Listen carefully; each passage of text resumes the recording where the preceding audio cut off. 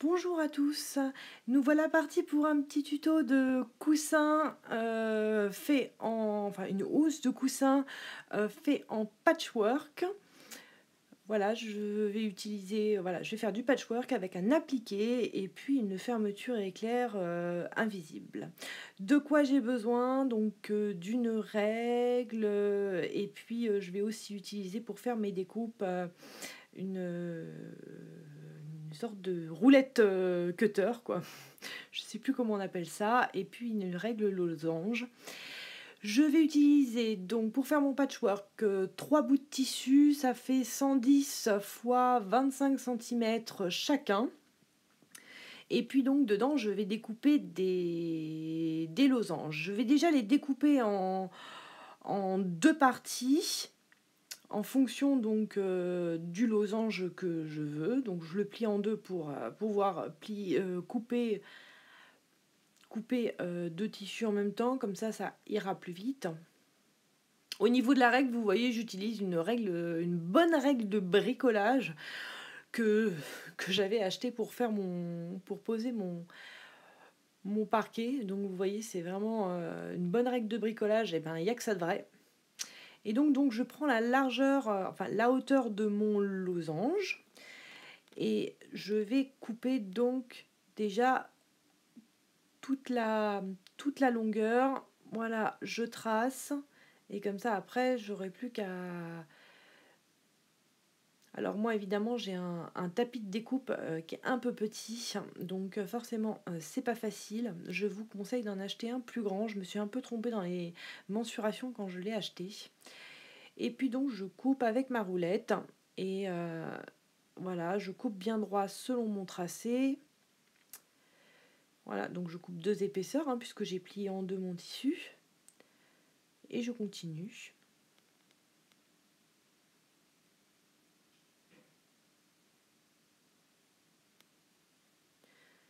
Alors pour couper bien droit, évitez de faire plusieurs allers-retours avec votre roulette. Faites plutôt un bon aller-retour en appuyant bien. C'est beaucoup plus efficace et c'est beaucoup plus net. Donc voilà, donc là j'ai une longueur et j'ai deux longueurs. Et donc maintenant, je vais vraiment faire mes losanges. Donc au début, donc vous voyez, c'est pile poil. Hop, donc au début, j'ai les deux, je vais les superposer et puis je vais les faire en même temps. On commence, on a fait la même chose avec l'autre bout de tissu évidemment, on a fait la même chose avec les trois tissus même, j'ai envie de vous dire. Donc je les superpose bien, je gagne du temps comme ça, j'en fais deux en même temps, c'est bien. Et donc je vais déjà enlever le tout premier angle. Voilà, je mets la pointe de mon losange tout au bout. Et donc je vais enlever donc le premier surplus.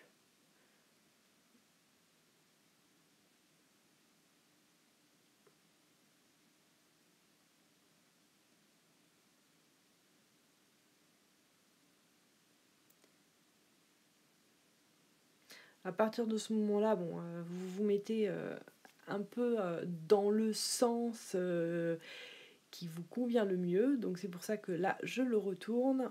Et puis donc là, ça va aller un petit peu plus vite.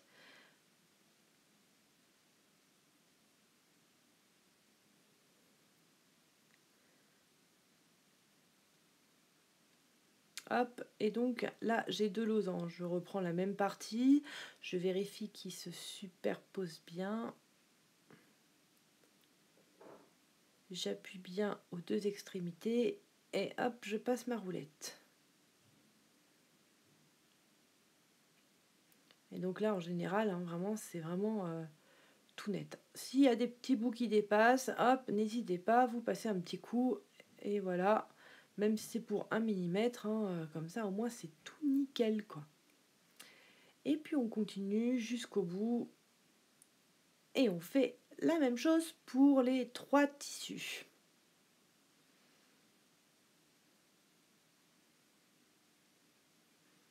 Alors en magasin, vous pouvez avoir donc là moi c'est un losange, je veux faire un patchwork en losange.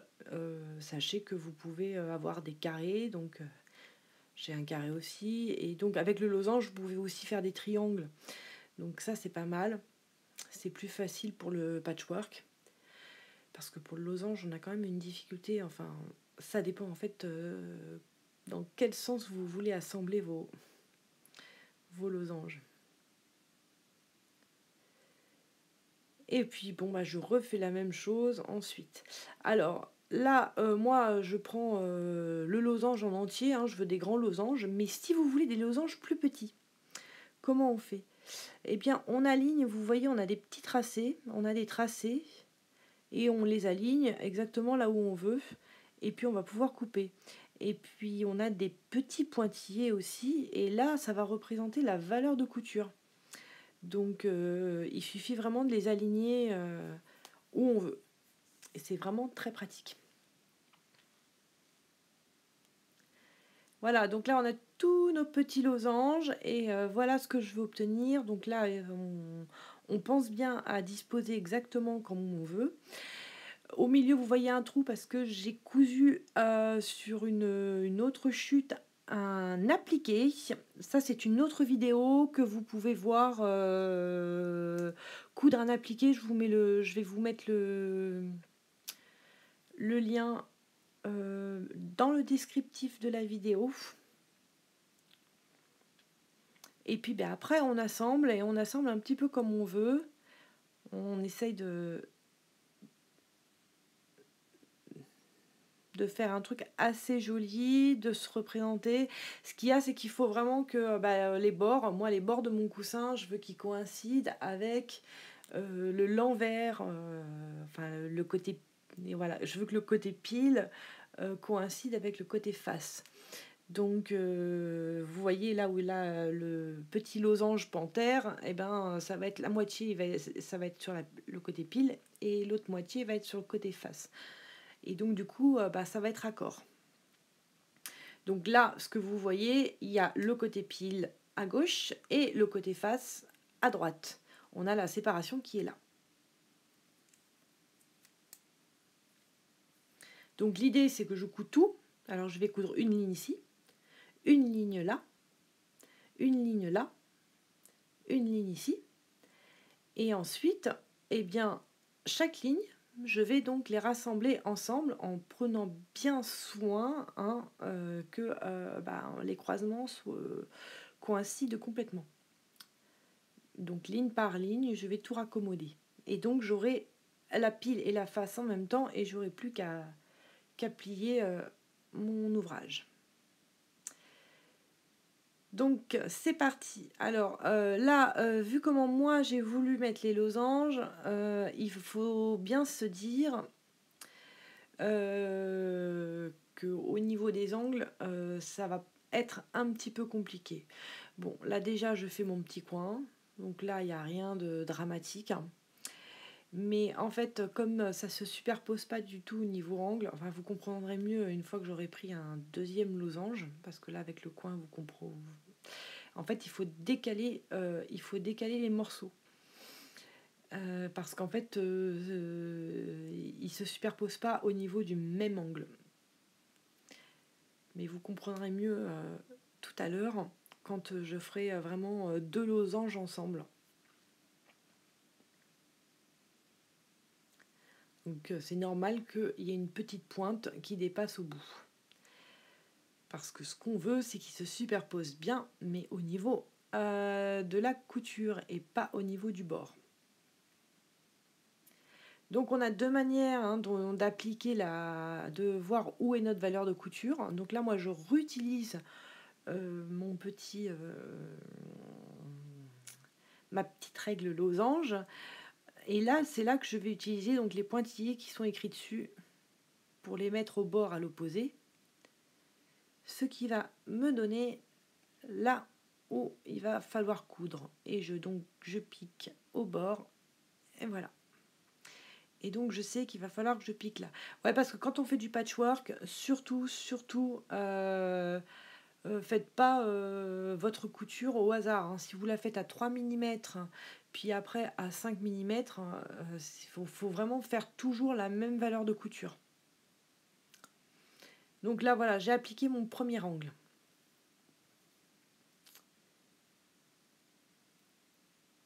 Alors, donc là, il faut penser que donc ça va aller, hop, maintenant je vais la rallier ici. Et donc vous voyez les deux losanges, moi, enfin, vu comment moi je veux les mettre, ils ne se superposent pas complètement. Ben oui, parce qu'ils sont pas sur le même angle. D'accord? Donc, du coup, quand deux pièces ne se superposent pas, il faut penser qu'il faut qu'elles se superposent, mais au niveau de la valeur de couture. Donc, du coup, c'est normal d'avoir... Donc, du coup, il faut les décaler un petit peu. Et donc, on va avoir les deux petits angles de chaque côté qui vont dépasser.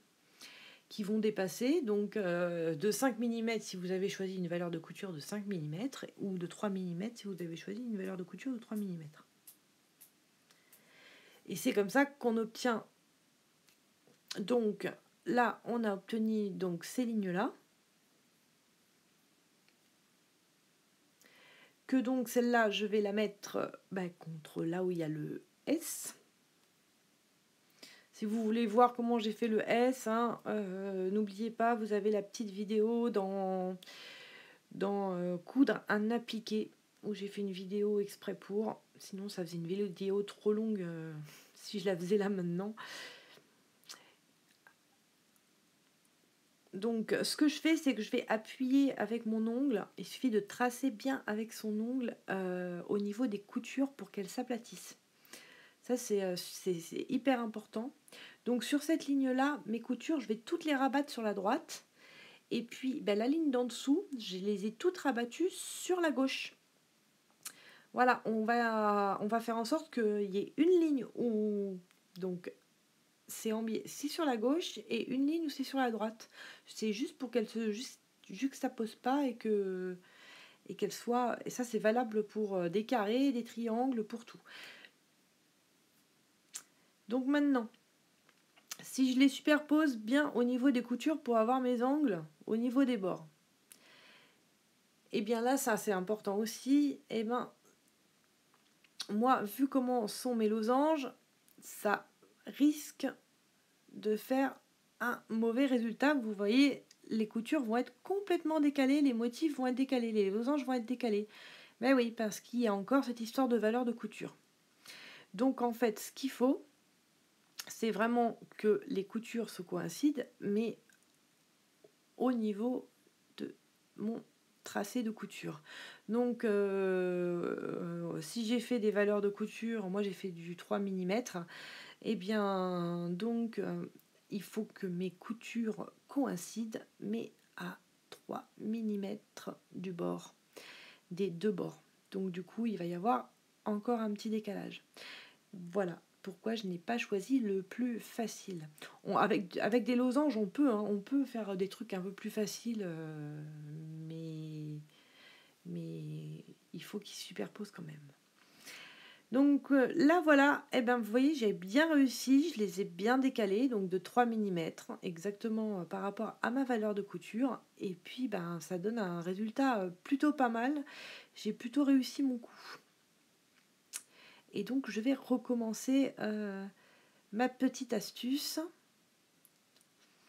Alors le truc le mieux à faire pour obtenir ce résultat-là, c'est que sur la couche supérieure, je vais planter l'aiguille, ma petite pointe. Je vais me planter ma petite pointe au niveau de la couture qui sépare bien mes deux petits losanges. Voilà, juste sur la couche supérieure. Je vais la voir sortir au niveau de ma couture. Et puis je vais donc chercher la séparation de couture de la couche inférieure. Voilà, et comme ça au moins je suis sûre que je fais relier en fait les séparations de couture de la couche inférieure et de la couche supérieure. Je trouve que c'est le meilleur moyen, le plus précis. C'est long, c'est pénible, mais au moins on n'a pas de décalage et on a des beaux croisements, quoi. Parce que quand il y a un décalage sur du patchwork, franchement, c'est pas joli. Donc là, hop, je cherche. Vous voyez, je fais sortir l'aiguille entre mes deux tissus.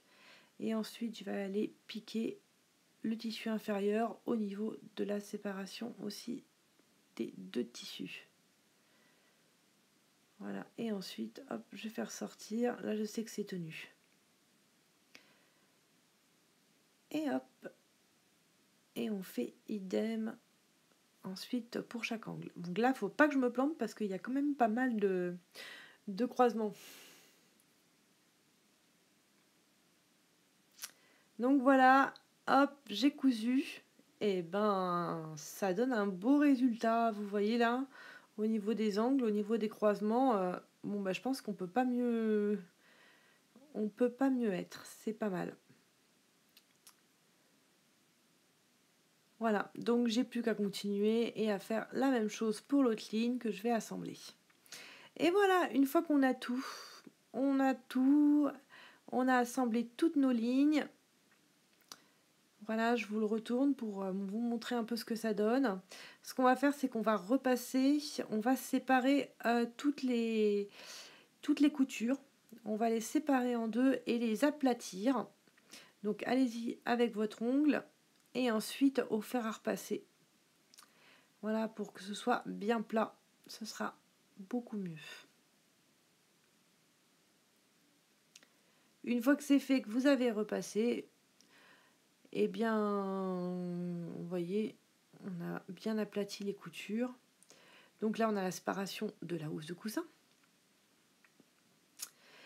Et bien donc, je vais plier en deux. Alors là, après, vous avez le choix, hein, soit vous faites le tour, en couture, en laissant un trou, puis vous retournez, vous rembourrez directement, et puis vous fermez. C'est une possibilité. Moi, personnellement, je veux faire une housse de coussin qui est lavable. Donc, du coup, avec une fermeture à glissière invisible, je vais en poser une au bout. Donc, pareil, idem, la vidéo, vous trouverez le lien dans la description. Et donc, voilà, là, j'ai posé ma fermeture à glissière. Surtout, avant de coudre sur les côtés. Parce qu'une fermeture à glissière invisible, c'est beaucoup plus facile de la poser quand l'ouvrage il est encore ouvert. Et puis donc là maintenant, je vais coudre en haut et en bas. Et surtout laisser ma fermeture à glissière ouverte.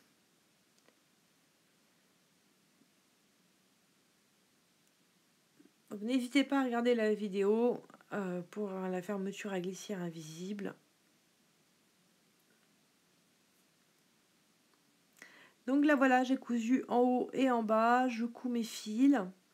Le reste de la fermeture, vous pouvez le coudre, mais vous le coupez, je veux dire, mais ce qui reste en trop. Mais bon, moi personnellement, je le coupe pas. Je me dis, je risque de faire plus de dégâts qu'autre chose. En tout cas, j'enlève bien les coins, ça c'est important. J'enlève bien tout le surplus de mon patchwork. Donc les petits angles qui dépassent.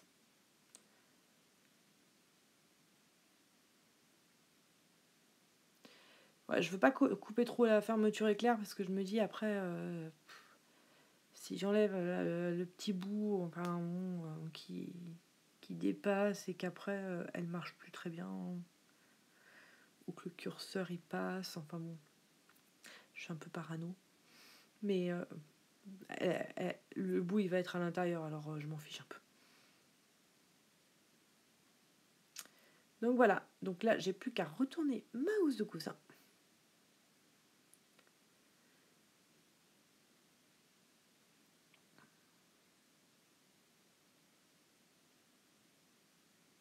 Hop, je fais bien les angles. Je rentre tout, voilà. Je fais les angles même au niveau de la fermeture, hein, ça c'est... Vous voyez comment c'est propre là, avec la fermeture à glissière, c'est nickel. Ça se voit à peine. Donc là maintenant on va espérer que les motifs coïncident aussi entre le pile et face, même là où il y a la fermeture. Enfin, c'est pas trop mal. Ça, c'est top. Donc vous voyez, je me suis arrangée pour que le haut du pile aille avec le haut de la face aussi. Donc là, c'est à droite et à gauche. Vous voyez, en bas et en haut, hop, c'est pareil. Et ça va même ensemble. C'est parfait. Voilà. Et donc voilà, une fois rembourré, ce que ça donne.